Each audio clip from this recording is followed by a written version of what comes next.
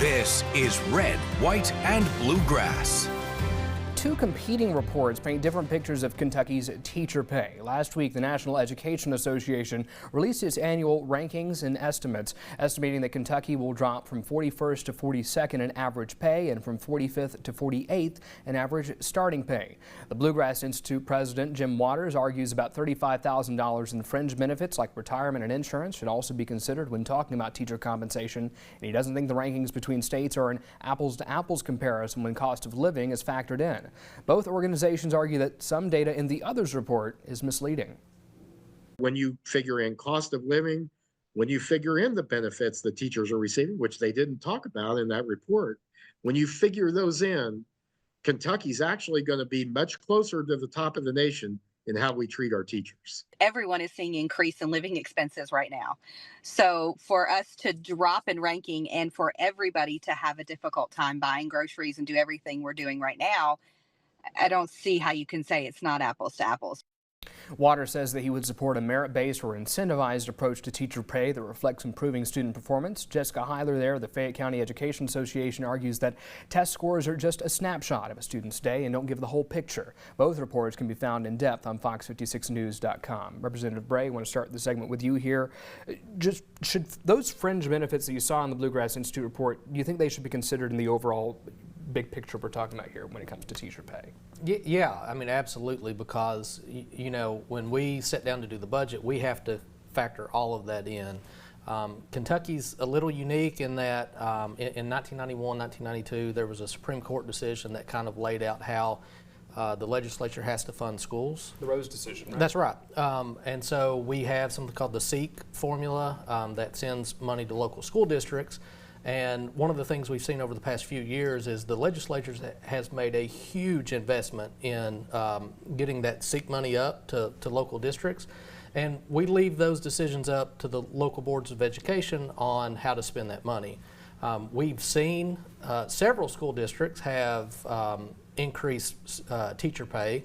One of our goals is to get starting teacher pay up. But then we've also seen other school districts kind of put their money on other priorities, whether that's school facility construction or administrative functions. Let's bring you in here, Representative Hancock. What are your thoughts? Well, I mean, I think the data is the data. I mean, we can argue about what's right and what's wrong, but when you talk to a teacher today, I have teacher friends, I have teachers in my family, that they struggle. I mean, they're working 2 to 3 jobs, and this is not a 9-to-5 job. These people dedicate their professional lives to improving the future of our Commonwealth, and they need to be paid as such. They need to be paid like the professionals that they are.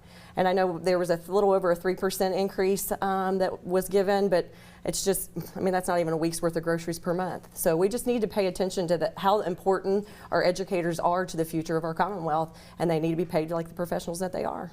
I can recall from our last budget session, whenever we got on the topic of teacher pay, often the back and forth between lawmakers was ultimately, can the legislature give mandated direct raises, or is it ultimately up to the boards? Whenever I talked to Jessica Heiler, she said it was basically an impossible decision for local boards to make, and if lawmakers have complaints about administrative bloat, which has also come up a lot in these debates, that those raises should be targeted. What are y'all's thoughts there?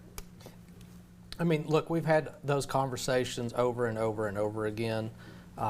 There's a court case that's been filed recently that deals kind of with the SEEK formula, with the way all that's funded, so we're keeping a close eye on that. Everybody wants local control until they don't want local control anymore. They want these decisions made on school functions to be left up to school boards until they want mandated raises. But at the end of the day, teachers are employees of the local school districts. They're employees of the local school boards. The state can't hire teachers. The state can't fire teachers. I think it would be irresponsible for us to come in and mandate something across the board where a teacher in Jefferson County may have had, a 6, 7, 10% raise over the past few years, where a teacher in Rockcastle County hasn't. That kind of flies in the face of the Rose decision itself.